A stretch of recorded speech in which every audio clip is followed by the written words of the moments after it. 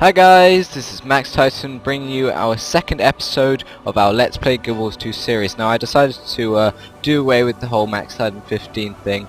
Max Titan just sounds, one, a lot better, and two, it's a lot more natural and easier to say, to be honest. So that's basically what I'm going to stick with from now on, I think. But anyway, welcome to Guild Wars 2.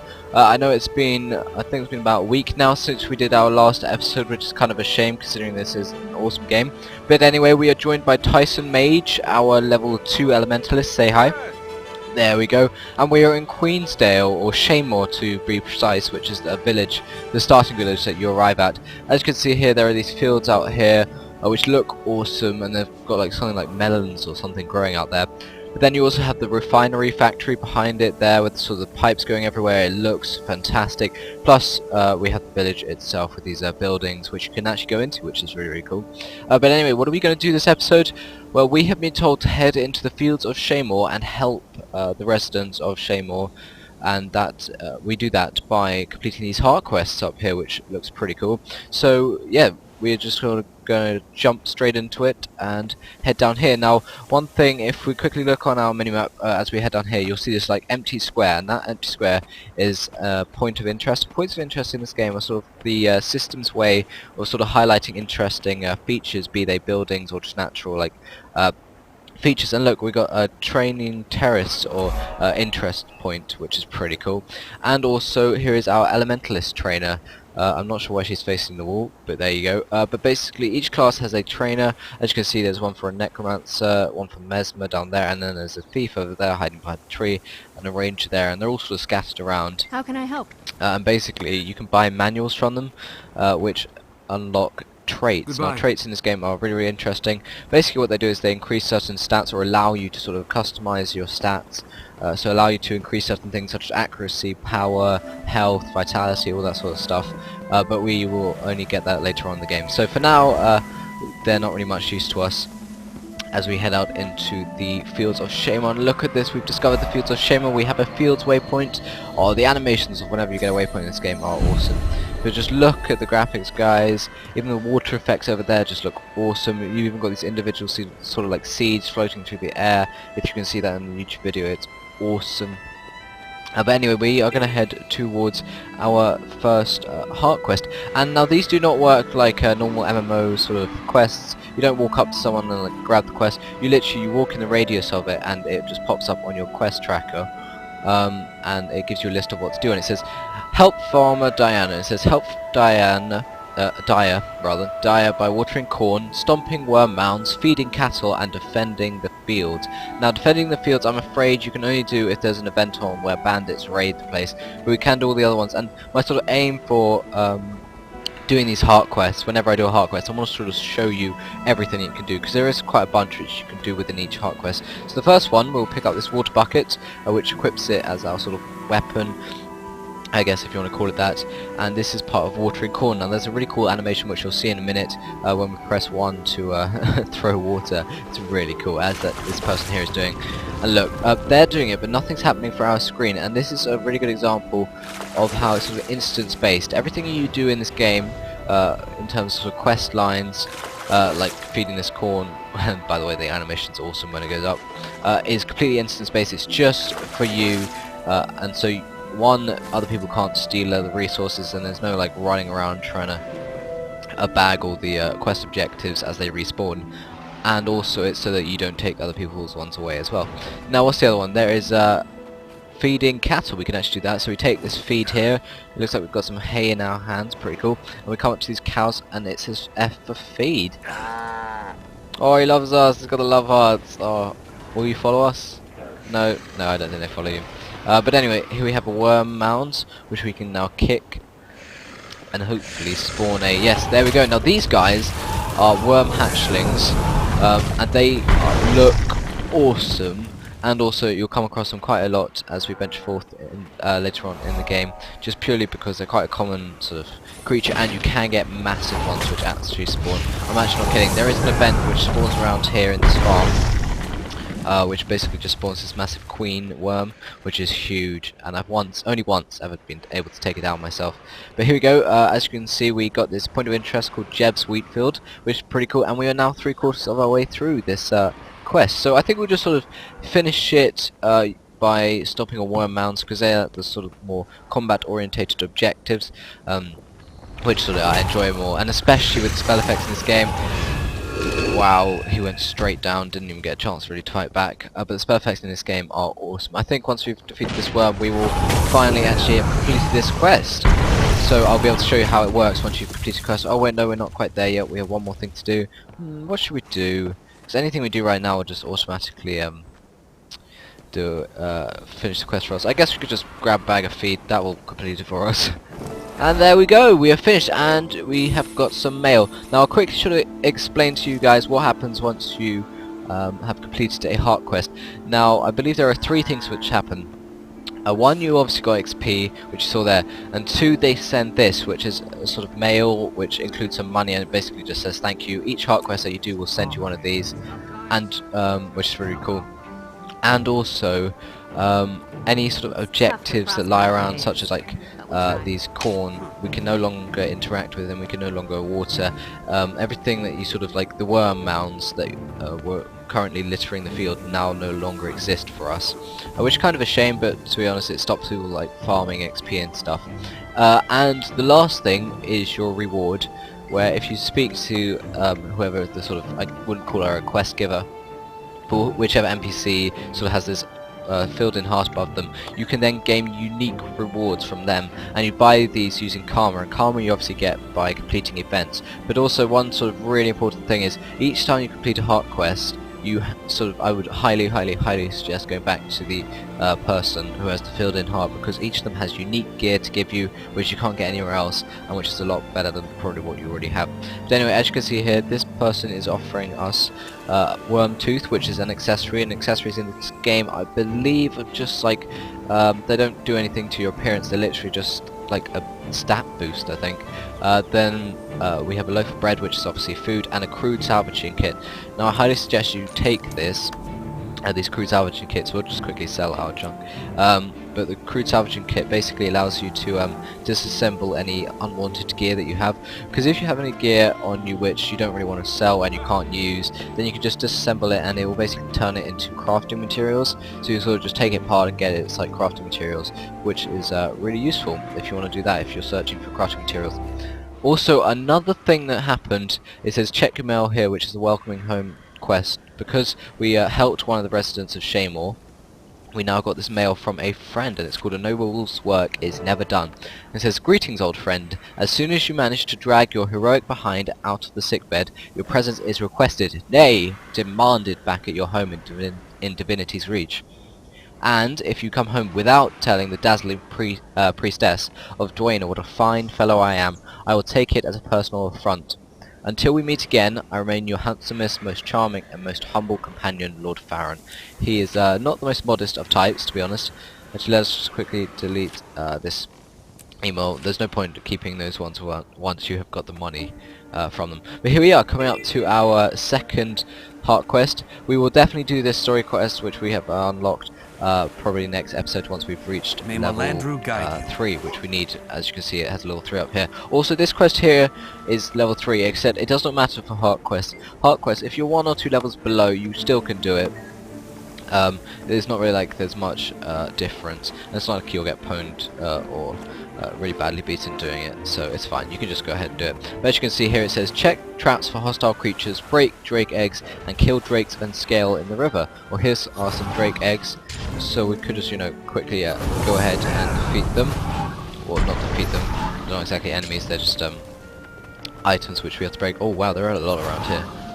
Okay, very good, we're about a quarter of our way through now, which is pretty cool. Oh, and here are some Bracklish scale, which we can defeat for our quest. Now, actually, one thing, as you can see here, we have these 2 abilities which are slowly unlocking here, and we have our 3 fire abilities. I'm going to quickly switch to water attunement, and sort of show you how this sort of changes, because now we've only got 1 ability, because we have not used this one before, which sends 3 shards of ice at your foes. And obviously, it's going to take a while to defeat these guys, because 1, they regenerate health, which is so frustrating. In fact, I'm not sure we can actually kill these guys.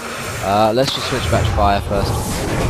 I don't think you can actually kill these guys just using your basic attack, because they regenerate the health, which kind of makes them a little bit overpowered, but pretty challenging at the same time. Now these are the traps that you have to check for hostile creatures. Nope, that one didn't have anything in it. Check this one. Ah, there we go. River Drake Hatchling. Apparently this is a ferocious creature. It doesn't look like the nicest of things. It looks pretty ugly. Speaking of the ugly sons of bitches, here they are, the Drakes. Now obviously these are another one of our objectives, or creatures which we have to kill. But let's just go back to our water attunement. This is a really nice thing. You can just switch out whenever you want in terms of your water attunement. I'm not sure what's happening here. There we go. Lagged out a bit there. Just a little bit of server lag. Nothing really to worry about. But basically, you can just switch out whatever sort of attunement you're using in a fight.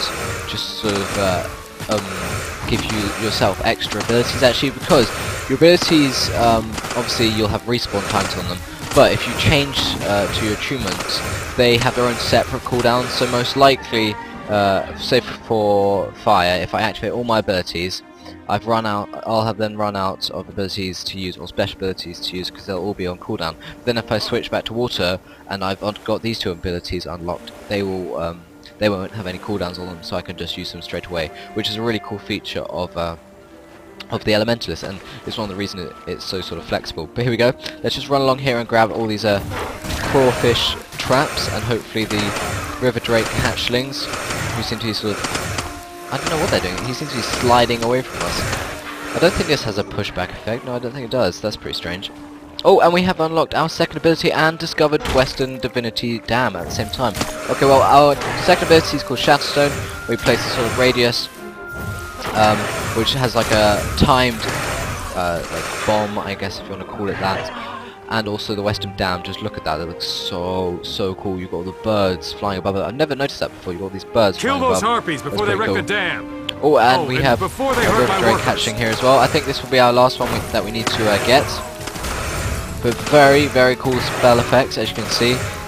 Man, I don't think this spell actually has a pushback effect. I'm not sure if it's just this mob which seems to be able to push back quite easily. And there we go, we have completed our second heart quest, which is pretty cool. And we will now obviously go and speak to the, let's just call him quest giver to keep it simple, to get some extra rewards. And it says Drake Scale, which gives us +3 power, and that's an accessory once again. Then there's a Rotten Drake Egg, which is basically a weapon if you consume it, and the crude salvage kit. We don't need any of that right now. Oh wow, what is this? A Resilient Crichton Bow. Let's preview that. By the way, you can preview by right clicking. Oh my god, that looks awesome. Unfortunately we cannot use bows in this game, or rather as this type of class. They are for archers and warriors and stuff like that, not for elementalists or mages. But anyway, if we go into our inventory, you'll see here that we have this, a tiny scale, which is a crafting material, and obviously you don't really want to be just carrying around crafting materials just in case you come across a crafting table or something like that. So they have put in a really nice feature which is deposit all collectibles, and these will deposit all of your crafting materials into your bank, so they're just there waiting and ready for when you decide to turn up and craft. Oh, and there's an event going on called Drive the Harpy Flock from the Dam, and we have to just kill random harpies and decrease their morale, which shouldn't be too hard to be honest. Well, they are level 3 though, and we are only level 2, so I suggest we turn back to our fire attunement, because it's more powerful, and we don't want to die while just helping these people. Okay, wow, okay, we did pretty well there. Not too much damage was inflicted on us, even though they are a level above us. And we may even be able to unlock our fourth ability called Ring of Fire, which is very cool. Oh, and we got some mail actually. I forgot to check the mail. We got some loot or some money from that fisherman that we helped. That's pretty cool. Let's continue to take down these harpies. Now this does count towards our third heart quest, because I forgot to mention that we have walked into the area for our third heart quest, which is Help 4-Man Flanham, and it says clear rock slides, plug leaks, uncover and eliminate earth elementals, and fight off other dangers. And I'm guessing the harpies count as other dangers. Oh, and look at that, we finished the event, Drive the Harpy Flock from the Dam. We got a silver contribution level, and we get some XP, karma, and gold, or copper, which is pretty cool. Now, what do we have to do? Rock slides, I can't see any of those. Plug leaks, oh there's a leak. Oh, and there's natural and elemental as well. So here we go. You just plug them by clicking F and scatter these guys by clicking F again. Oh wow, look at these guys, they're so smooth. Oh my god, look at that. They're like little baby ones. Oh, that's cool. Are these guys? Oh yeah, these guys are players. Okay, that's pretty cool. So as you can see, this world is definitely sort of populated. There are a lot of sort of players around. Oh, and we've learnt our skill, firing. Awesome. Let's try that out the next time we come across a mob. Ah, here we go. Perfect. Awakening Elemental. What does this do? Damage nearby foes with a ring of fire, burning foes that pass through it. Let's try this. Bam! And there we go. Wow, that's some cool effects. So I'm guessing anyone who walks through that circle around us will get damaged. So that's pretty cool. Oh, and we've got some country gloves which we can actually use. And now this is pretty cool because we have no equipment on our gloves section, so we can equip these and they give us +1 power, which is very, very cool. Now I'm just going to quickly sort of change the colour system on them, and this is the dye system, by the way. It's very, very simple. You get starter dyes, and then later on you can collect them through random drops and also buy them, and then you select which dye you want and you click on the section. So there we go. Now our gloves sort of match the rest of our gear in terms of the colour sort of format. But here we go. We are now just going to carry on along this dam, just looking up. Oh my god, that looks amazing.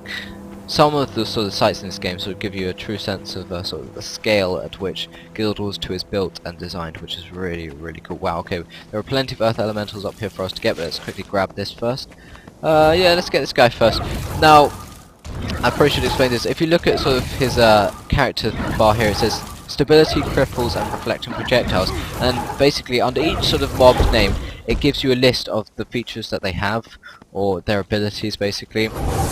Like this one, stability, he cannot be knocked back or anything. Crippling, obviously, he can cripple you and stop you moving fast. And then reflecting projectiles, he obviously can reflect anything you throw at him, or there's a chance to at least. And there we go, we have actually finished our 3rd heart quest. Can you believe that, folks? 3 heart quests in 1 episode. That is pretty cool, to be honest. Quite a good achievement. Now, I am afraid we're sort of running out of time for this episode, and there was one thing that I really wanted to show you guys, which was, if we quickly look on our map, vistas. Now, vistas are sort of viewpoints, I guess, so I really want to go and see that. So I guess in the next episode we'll go and talk to the foreman who we just helped this time in our heart quest. But for now, I'll sort of just show you, because there is quite a bit of sort of puzzling, jumping puzzles in this game. There are actually jumping puzzles where you have to run along a trail and to the end where you find a chest, which is really cool, and I'll definitely show you guys those in future episodes. But for now, this is sort of just like a quick introduction to how sort of platforming works in this game. Obviously you just jump, and it's very basic sort of puzzle, but it's literally just designed to sort of introduce you to the whole concept of having to jump to reach these things. And vistas are obviously are often hidden away up top somewhere, so you have to go running and jumping to find them. But anyway, here we are, vistas. Now these are sort of like viewing platforms, and basically I guess the simplest way to compare them is to sort of Assassin's Creed synchronizations. They give you sort of view of the surrounding areas, so I hope you guys enjoy it. So here we go.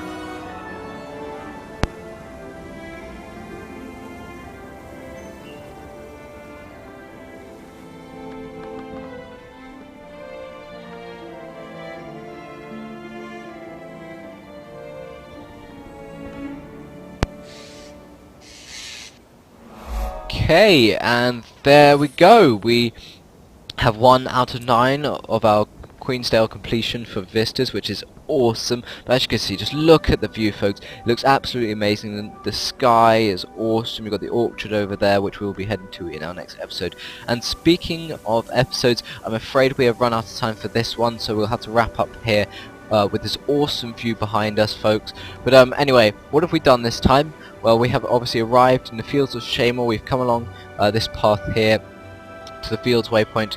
We've travelled, completed this heart quest here, found this point of interest here in the fields, which was awesome, and then also completed these 2 heart quests here. We have done a lot, and also found this vista as well. But in the next episode, we will possibly venture down here towards this orchard waypoint and these heart quest and points of interest. But we will definitely, once we've leveled up, yeah, I think we'll do that first, and then once we've leveled up, we will do the story quest, Welcome Home, which I really want to show you guys, because the story quests in this game are really, really well done and really well sort of made, so I definitely want to show you guys that. But anyway, I hope you enjoyed this episode, our 2nd episode, in fact, for our Let's Play Guild Wars 2 series.